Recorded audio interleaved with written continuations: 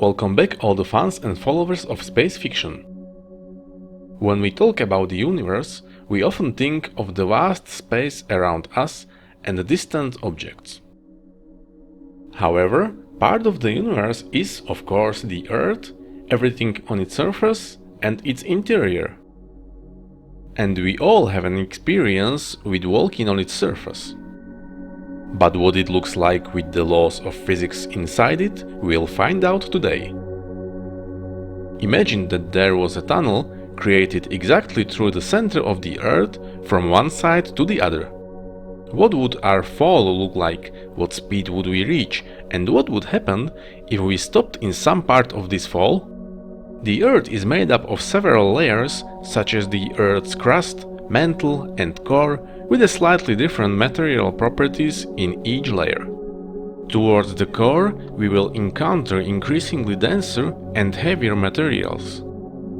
It is assumed that the Earth's core is mainly made of iron, thanks to which the Earth has a relatively strong magnetic field.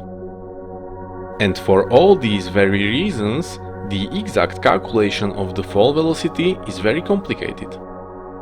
In order to test our experiment, we must forget about the technological problems associated with building such a tunnel, just as we will not take into account the friction and the resistance of the environment.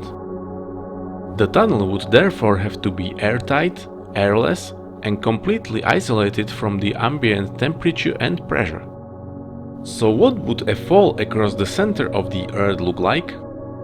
First of all, we need to realize that we will fall during our entire flight. This means that if our crew flew in a capsule, all its members would feel weightlessness from the beginning. And this state would not change in any part of the route. We would feel the same weightless state halfway to the center of the Earth and also when flying through the Earth's core, and not just on the way down.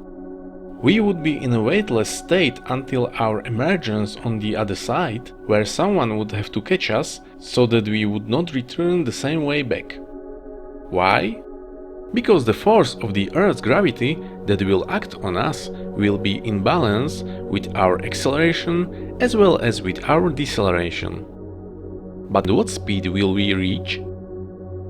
The calculation of this speed has long been the subject of many scientific debates.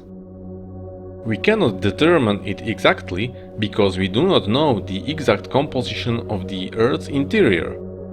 However, we can say quite accurately in which part of the route we will accelerate and also slow down again, and with what kind of force. When we stand on the surface of the Earth, a gravitational force acts on us. At this point, the gravitational force can give the body an acceleration of approximately 9.81 meters per second square, which is exactly 1 g. However, if we fall inside the Earth, this acceleration will decrease. We will be affected by a smaller part of the Earth. Conversely, the part of the Earth we have already flown through will try to slow us down. The resulting force will only be as great as the difference between gravity of the part of the planet we already have behind us and the part that still awaits us. In the middle of the Earth, therefore, the two forces will be in full balance. Our flying capsule will fly at maximum speed, but it will no longer accelerate or slow down yet. If we stopped in the middle of the Earth, we would also be in a weightless state.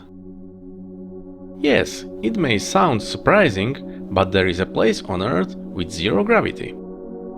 And that's exactly in the middle of the planet. But we will have maximum speed at this point to help us emerge on the other side of the Earth. The rate of deceleration will be the same as the rate of acceleration in the first half of the journey. We will be slowed down by the growing influence of the Earth's gravity, the magnitude of which will again be equal to the difference in the mass of the planet behind us and in front of us. And since we neglected environmental resistance and friction, we would emerge on the other side of the Earth at the same height on the Earth's surface as we fell into the tunnel. The whole tunnel would therefore have to be airless. But what would happen if it wasn't? The gases in our atmosphere are attracted to the Earth as well as all bodies. And the closer we get to the surface, the pressure of the atmosphere increases. And this increase in pressure would of course continue below the surface. Every kilometer deeper, the air around us would be denser and denser.